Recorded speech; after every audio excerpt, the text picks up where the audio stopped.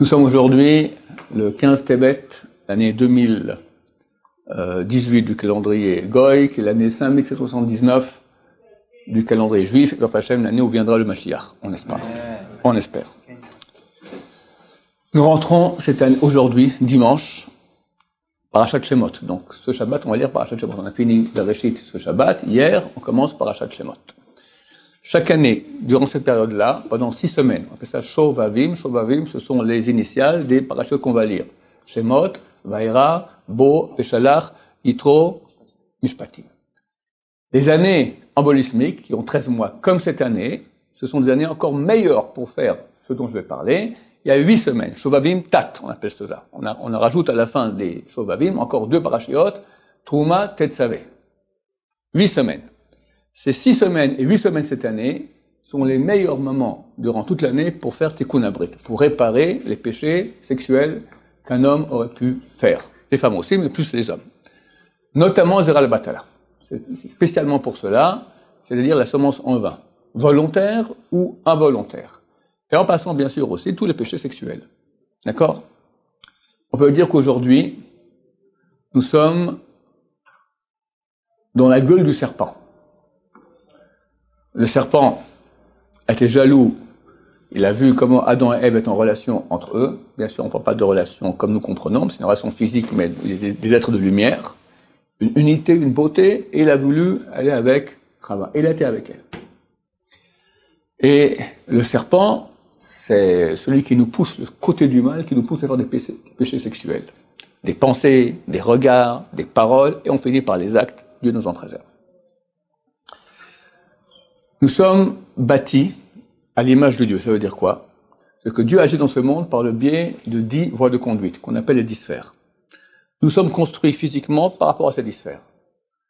Les 3 premières, les Chokhmah Bina Vadat, correspondent à la tête, 3 cerveaux. Ensuite, le bras Chesed, le bras gauche Din, Gvura, le tronc Tiferet, la jambe droite Netzach, la jambe gauche Hod et l'organe génital Yesod. On divise cela en 3 et 7. 3 d'en haut, la tête, et 7 du corps. Dans l'ordre des 7 des corps, l'organe génital, c'est 6. 6, Yesod, ça s'appelle la base. C'est la partie la plus sainte de l'homme. Quand on monte à la Torah, par exemple, il y a 7 montées, c'est laquelle qui est la meilleure de toutes, la 6e. Pardon? Non, la meilleure, c'est la 6e. Samour, oui, Samour avant Mashlim, s'il y a 7 aliyot, oui. Exactement.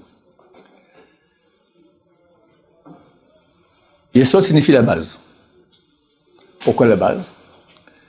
Parce que d'abord c'est en bas de l'être humain, c'est pas en haut. On sait que la base elle est en bas. Mais on sait aussi que tout tient sur la base. Si la base tient, alors tout le bâtiment tient bon. Tu construis un gratte-ciel, mais la base n'est pas bonne, et ben, un beau jour, il s'écroule complètement. L'être humain est bâti là-dessus. Pourquoi? Qu'est-ce qu'il y a de si extraordinaire dans ce petit organe? On dit un petit organe de rien du tout qui fait tellement de malheur, d'accord?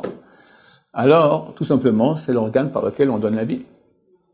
Tu es associé à Hachem à donner la vie par cet organe-là. Donc, quand quelqu'un veut utiliser cet organe pour créer la vie, il fait la plus grande mitzvah qu'il puisse y avoir. La première mitzvah qui est écrite dans la Torah, pour vous, et il est associé à Hachem. Associé à Hachem. C'est fantastique. Et si maintenant il pense qu'à son propre plaisir, et il fait ça tout seul, ou par accident, ou même avec une femme, mais pas à l'intérieur, à l'extérieur, vous voyez de quoi je veux parler, je suis un peu cru, alors ça s'appelle Zera al-Batala, c'est de la semence en vain, et le Shulchan Aruch nous dit qu'il n'y a pas de péché plus grave que cela dans toute la Torah. Les commentateurs disent que c'est pas tout à fait vrai, parce qu'une relation proprement dit avec une femme, c'est plus grave. Il y a karet. Quelqu'un a une relation avec une femme nida, ou d'autres cas, d'accord, c'est karet. Zera al-Batala, ce n'est pas karet, mais c'est extrêmement grave. Au point tel que c'est marqué que c'est le péché le plus grave, alors on va dire un des péchés les plus graves de la Torah. Le serpent nous pousse à faire cela. Un temps, il était un peu extérieur, aujourd'hui, dans le 6e millénaire, nous sommes 6e millénaire, c'est correspond à 6, il se bat, parce que 6 correspond au Yesod, à l'organe génital. Donc il y a une guerre très grande à ce niveau-là. On voit que le monde aujourd'hui, le grand Yetzer Hara, c'est pas l'idolâtrie, c'est pas, qu'est-ce que j'en sais moi, le Chilul Shabbat, c'est les femmes, d'accord? Surtout les Français, surtout les Parisiens, Allez, Marseillais et Lyonnais aussi. D'accord? Je crois que Paris c'est un peu pire, non? Au niveau des pubs, tout ça, c'est pire, c'est pire, c'est pire. Voilà, comme quelqu'un m'a dit dernièrement, c'est du porno soft. D'accord? Tu vas dans un journal porno dans la rue. Soft, pas hard, mais soft. D'accord? Terrible, terrible. Ok. Où est le rapport avec le moment que nous sommes en train de vivre? Lorsqu'on fait, chassid shalom, un péché sexuel, notamment le batala, on prend des étincelles de vie qu'on envoie dans le niet. Le niet, c'est le mal. D'accord? Le niet, c'est la mort. Le mal, c'est la mort. La mort, c'est quoi? C'est ne pas être. La mort ne devrait pas exister. Elle devrait être morte. Alors comment elle fait pour être vivante? On lui donne des étincelles de vie. Quand on fait un péché sexuel, on donne l'étincelle de vie, de la divinité, à la mort. Et qu'est-ce qu'on fait avec? On le rend vivant. Oh, t'as un mort vivant. C'est quoi un mort vivant? Frankenstein. D'accord? Dracula.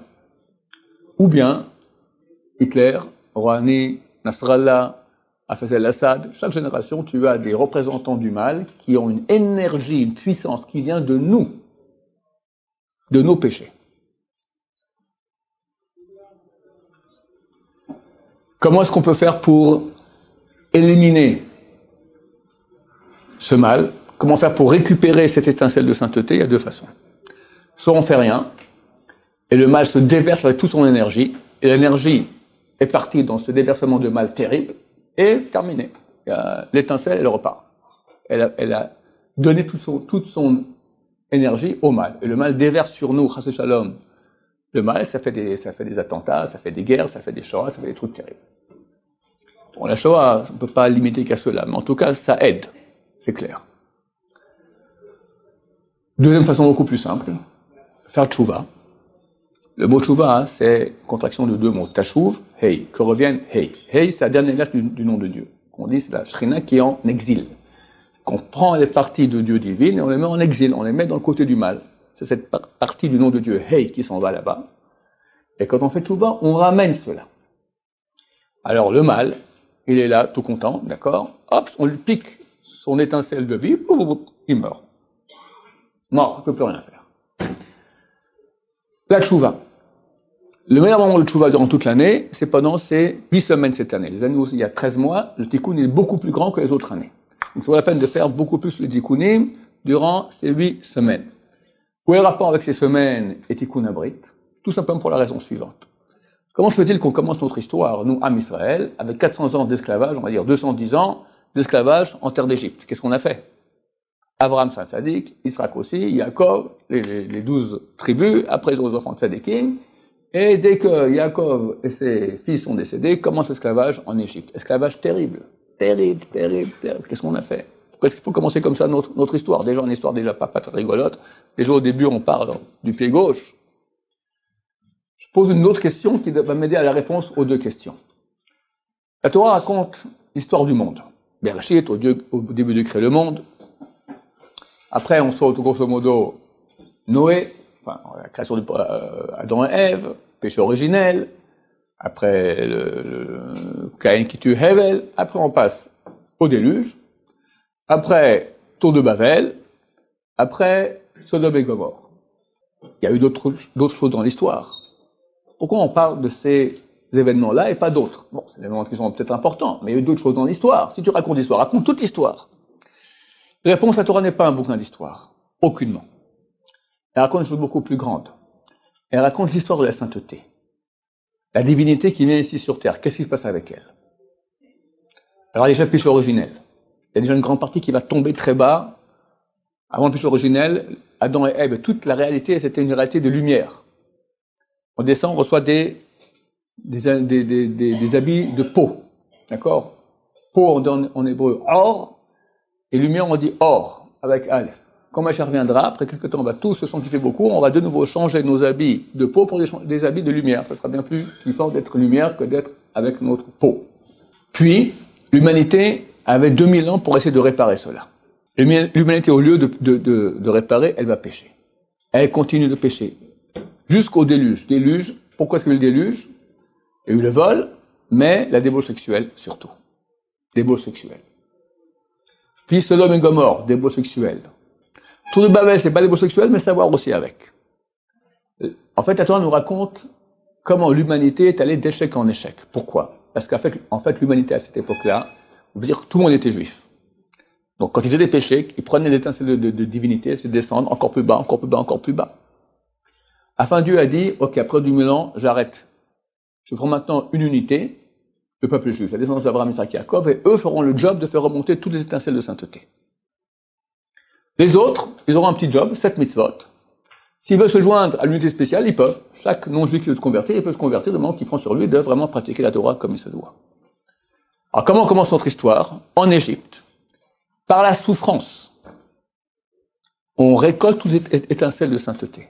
Chazal ont dit que Ben Israël, en sortant d'Égypte, ils ont rendu l'Égypte, il y a deux langages en Chazal, comme une grange dans laquelle plus aucune graine de blé, comme un fond marin dans lequel plus aucun poisson. C'est-à-dire toute la vie a été prise.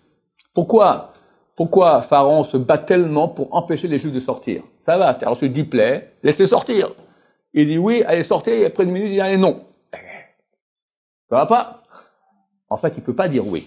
Parce que c'est sa vie qui va partir. Toute son énergie vitale provient des étincelles de sainteté qui sont avec les Juifs. S'ils partent, ils prennent ça avec eux, il y aura plus rien, il y aura plus d'Égypte, terminé, mort. Pour finir, on sort. On prend avec nous toutes les étincelles de sainteté et on sort, on arrive au Mont Sinaï.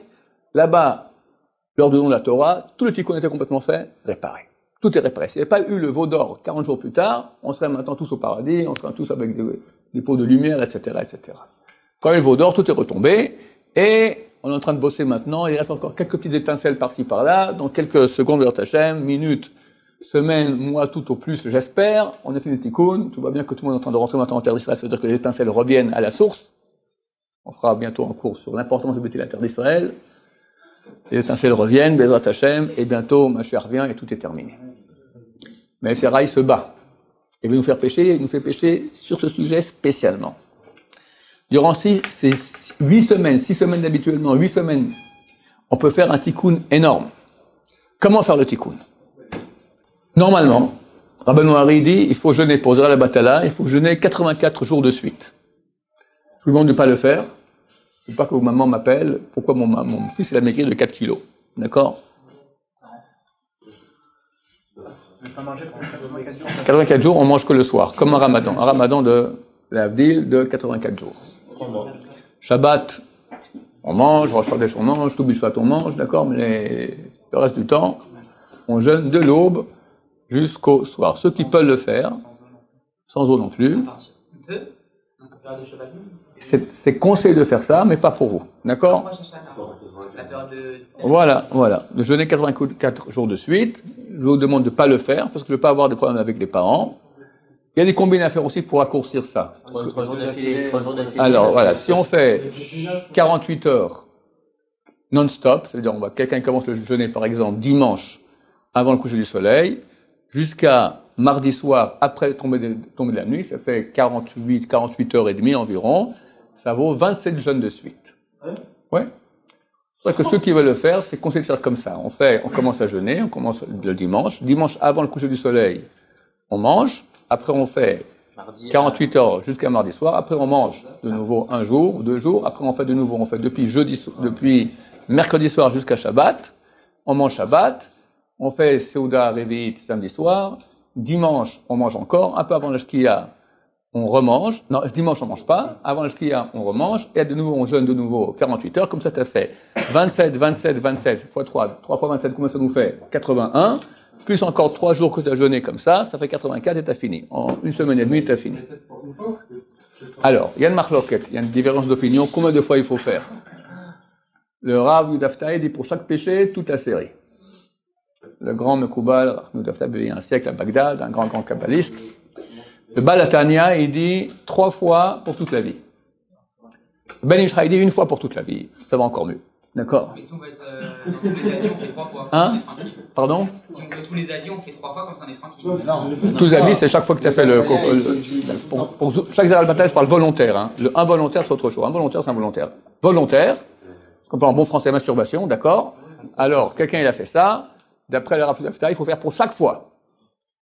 Je connais pas les gens qui ont fait ça, ou peut-être oui, des gens qui ont 1 ou 2 fois ont fait cette erreur-là dans leur vie, alors ils font comme ça pour les gens nombre de fois. Intersaka, c'est combien de fois? Pardon? Intersaka, ça c'est. On ne sait pas. Rabbi Hari, il a dit que si on jeûne 3 jours de suite, et sont interdits radicalement de le faire, d'accord, ça vaut 40 jours. Il y a un tikkun qui est beaucoup plus grand que tout cela. L'étude de Torah. L'imout Torah. Mais pas l'imout Torah pépère. Il faut qu'on transpire tout ce qu'on a sorti. On disait, voilà, il faut transpirer en transpiration, d'accord? Alors, Ben Sion, quand il sortait de son chiour, il n'arrivait pas à peine à tenir. Il te tenait sur le mou pour pas tomber, pour prendre sa chemise, comme ça, les soirées. Tu pouvais remplir pas un seau, mais pas mal, d'accord? Torah, Torah, Torah. Et bien sûr, Kedusha. Réparer. Les yeux. L'organe. On ne dort pas sur le dos. On ne dort pas sur le ventre. On dort sur le côté. Si tu regardes le Batala, plus que celui qui fait un tikkun. Il y en a qui déconseillent à ceux qui ne sont pas mariés de faire un tikkun, ce genre de tikkunim. C'est quoi un tikkun? Tu viens vers l'Etzerara, le serpent, tu lui mets un pistolet sur l'Etzerara. Tu lui dis, tu me rends, s'il te plaît, ouvre le coffre, tu me rends tous les joyaux que tu as pris. D'accord? Lui, il n'y a pas le choix. Mais cette nuit, j'aurai ta peau. D'accord? La même nuit, tu finis le tikkun, tac, il te voit un Miss Monde en rêve, comme ça, et patatras, Hashem Ishmor. D'accord? C'est connu. Donc, on va y les mollo. Celui qui veut faire un vrai tikkun, d'accord, il veut faire le tikkun, ça vaut la peine de faire une fois le tikkun. Alors, celui qui c'est dur pour lui, vous ne ferez pas pendant que vous êtes à la yeshiva, vous ferez hors de la yeshiva, pendant les vacances, par exemple, on ne fait rien de toute façon, alors, profitez-en. Mais pendant ces 8 jours, ces 8 semaines, c'est dommage de ne pas profiter. Alors, on peut faire un tikkun, comme dit le Ben Ishraï, on peut payer de l'argent en tzedaka. Quelqu'un, il doit jeûner par exemple 84 jours. Alors, il va calculer quel est le prix de revient que lui coûte maintenant de manger pendant un jour. Pas besoin de manger un steak avec des frites et du caviar cachère, d'accord? Un peu de pain, un peu de margarine. Combien ça revient? 3 € pour 2 repas. À tout casser. 2 € même. Un peu de pain, un peu de margarine. Ouais, est-ce qu'on mange ça? Hein? Max 3 €. Max 3 €. Non, tu peux tenir pendant 84 jours avec un peu. Le soir, tu feras un hafla, d'accord? Ou est-ce que c'est... Non. Ça dépend. Celui qui peut, qui donne bien. Celui qui peut pas, il veut quand même faire le tikkun. Alors, tu prends 3 € fois 84, ça nous fait combien? 249, on va dire 250 €. Tu jeûnes un jour comme Yom Kippour. Si c'est dur même que la journée, le mieux c'est 3 jours, lundi, jeudi, lundi ou jeudi, lundi, jeudi. Si possible 24 heures, tu peux pas que la journée. Et pendant une de ces journées, tu deuilles en tzedaka cette somme d'argent. Ben Ishraï dit pour quelqu'un qui est faible, c'est dur pour lui de jeûner, etc. Au moins tu as fait une chose qui a déjà un impact certain. C'est mieux de jeûner complètement, mais c'est déjà un impact certain d'agir ainsi. Jeûne la parole, c'est bien, mais Rabbeinu Hari n'en parle pas. C'est pour ça que, d'après la Kabbalah, la vraie pure et dure, d'accord? Mais c'est certain que durant ces jours-là, on peut faire des tikkunim d'autre façon. Jeûne de la parole. Tu es en train de manger maintenant un pancake, d'accord? Tu en as 5 dans ton assiette. Tu prends le premier et tu donnes après en tzedaka les 4 autres aux gens autour de toi. C'est difficile, hein, le pancake, je vais crever si je mange pas le pancake, d'accord? Tu le donnes. Comme tu te retiens maintenant des envies, ça fait un très très grand tikkun. Parlons maintenant du vrai tikkun. Le vrai tikkun qu'Hachem veut. Comprenez que quelqu'un qui va commencer à faire soi-disant des tikkunim, va étudier la Torah et faire des tikkunim après, il va le soir, samedi soir, en ville. Et là-bas, il voit des jeunes filles, et il cause avec elles, et dans les appareils maudits que vous avez, il voit des bonnes femmes qui se présentent aussi, etc. Qu'est-ce qu'il a fait? D'un côté tu remplis, de l'autre côté tu vides, d'accord? C'est comme le bateau, tu es en train de vider le bateau, mais en même temps tu es en train de faire un trou dans la coque. Le vrai tikkun, c'est s'éloigner du monde féminin. Et là, vous pouvez y aller à fond, parce qu'il y a beaucoup à faire. Les yeux. Tout commence par les yeux. Si les yeux ne voient pas, il y a moins d'imagination. Il n'y a pas d'imagination, il n'y a pas d'action. D'accord? Tout commence par les yeux. Alors, Baruch Hashem, aujourd'hui, on est en hiver, il y a moins de mini-jupe. Ça dépend où. À Paris, pareil que même en hiver, c'est la côte. D'accord? Mais à Yerushalayim, c'est un peu mieux. Et pas encore partout. Tu sors, tu fais attention. Vous connaissez les jeux, là, je ne sais pas s'ils ont encore de mon temps, mais des flippers comme ça. Ou bien non, il y a de même dans les jeux, les trucs comme ça. Tu as une route comme ça, puis tu as des objets qui arrivent, qu'il faut éviter comme ça, d'accord? Imagine, comment tu appelles ça? Subway Surfer. Voilà. Alors, quand tu sors de chez toi, tu te dis, maintenant, moi, je suis en train de jouer un Subway Surfer, d'accord? Tu mets tes lunettes, ton machin, et tu joues. Voilà. Tout à un objet qui arrive ici, tac. Tu as une tentation terrible de regarder. Tu as une tentation de regarder qu'il faut pas regarder, ce qu'il faut vraiment ne pas regarder. D'accord? Ça t'intéresse pas. Si c'est, comme je dis, un ovni, un objet féminin non identifié, ne regarde pas. Ne regarde pas, ça sert à rien de voir s'il y a à voir ou il n'y a pas à voir. D'abord, il est connu que les jeunes filles israéliennes sont bien plus belles que les autres jeunes filles dans le monde. C'est vrai. Bon, alors tu donnes de l'eau à mon moulin. Donc, attends. Donc, Baruch Hashem, que tu es ici dans le palais du roi, c'est normal que le Yetzer Hara se renforce plus dans le palais du roi. S'il fait pécher quelqu'un en Israël, il a plus de mérite que de faire pécher à Paris. C'est clair. D'autant plus que Rabbi David Abou Hassera, il a dit une fois à un de nos élèves, vous à Yerushalayim, vous avez Dieu au-dessus de la tête. D'accord? T'es vraiment dans le palais de Dieu. Le Bassalé, il est venu ici, la première fois qu'il est monté en Israël, il habitait ici à Talpiot, à Chov Shimon, à Baka, et il a dit, je peux pas. Il est parti. Il dit, la sainteté d'Hachem, elle est beaucoup trop forte. Insupportable. Imaginez où on est, d'accord? Où on est. Quelqu'un, il va pêcher là-bas. C'est terrible. Donc, normalement, le Sahara, il cherche de faire pêcher beaucoup plus. Quelqu'un qui pêche à Yerushalayim, c'est bien plus grave que de pêcher à Paris. Tel Aviv, j'ignore. C'est aussi l'Eretz Israël. C'est moins qu'Yerushalayim, mais c'est quand même Eretz HaKodesh, la Terre Sainte. Donc, il y a un travail à faire, de faire attention. Et comme a dit Simon, Baruch Hashem, tu as ici des quartiers orthodoxes, où c'est relativement beaucoup mieux. Tu vas à la Macolette, tu regardes la viandeuse qui a 70 ans avec les poils et quelques dents qui lui manquent. Bon, je sais pas si c'est permis, mais c'est moins grave. D'accord? Pourquoi tu vas aux endroits qui sont justement des filles aguichantes, etc., à Chamishmor? D'accord? Aujourd'hui, le vrai problème, le vrai problème, c'est qu'on importe la rue dans le petit appareil. Ça, c'est le problème. Et on discute, et on chatte, et machin, et comment tu vas, et comment je vais, etc., etc., etc. Et les gens font ça avant d'aller dormir. Alors, de quoi ils vont rêver la nuit? Du Rambam? De Abaye el Rava? De quoi ils vont rêver? Mais la bracha, elle protège de ça, non? Écoute, je vais expliquer de quoi il s'agit. Il y a des choses qu'on peut faire pour être protégé. On va en parler. Mais si maintenant, à quoi ça ressemble? Quelqu'un maintenant, je sais pas moi, il y a une chambre avec un type qui a une maladie super contagieuse. Le type qui rentre dedans, il a une chance sur 1000 de pas attraper la maladie. Alors il rentre, mais il met un masque. Ça l'aide. Au lieu d'une chance sur 1000 de pas attraper la maladie, tu auras 10 chances sur 1000 de pas attraper la maladie. Mais tu auras 9990 quand même chances de l'avoir. Donc c'est vrai qu'il y a des versets de protection à faire avant de dormir pour éviter Zera al-Batala. Mais c'est pas un truc qui marche à tous les coups. Ça dépend qu'est-ce que tu as dans la tête. C'est écrit que c'est bien de lire un peu de Zohar avant d'aller dormir. Au moins tu dis un peu de Torah. En s'endormant, de lire un peu de Torah, de répéter quelque chose. C'est bien de le Zohar parce que c'est beaucoup de sainteté, même si on comprend rien. Alors si, attends, toi, ton Zohar, c'est ton portable. Et combien j'en vois le matin qui sont avec leur portable à côté, d'accord, j'imagine qu'ils sont avec leur truc encore dans l'oreille, d'accord. Qu'est-ce qu'ils ont fait? Ah oui, ils ont écouté la couche du Rambam par Internet, d'accord, leur copain de Paris qui lui dit une couche du Rambam, d'accord. Ça c'est bon, à Draba. Comme je reviendrai, je pense que tous les appareils seront sanctifiés par cela. Mais actuellement, c'est pas le cas. Faites attention à votre peau. Faites attention à votre neshama. C'est dommage, ça vaut des millions. On peut dire que 99% des souffrances qu'il y a dans le monde proviennent des péchés sexuels. Hachem a la haine des péchés sexuels. De quoi qu'il a la haine? Ça veut dire que ça détruit tellement. Vous entendez, messieurs? Ça détruit tellement la neshama.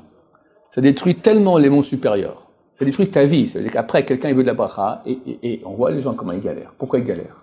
Pourquoi ils galèrent? Toute leur vie. Mais regarde comment tu étais à 17 ans, 18 ans, 19 ans, qu'est-ce que tu faisais? Ben, quand je lui dis ça, il se tait. Il a compris. D'accord? Et Sarah, il profite qu'on est encore un peu idiot. 17 ans, t'es pas encore trop mature. 18 ans, ça commence un peu plus, etc. Il te fait pécher, tu prends des mauvaises habitudes. Et il te prend tous tes joyaux, puis après, il y a les factures.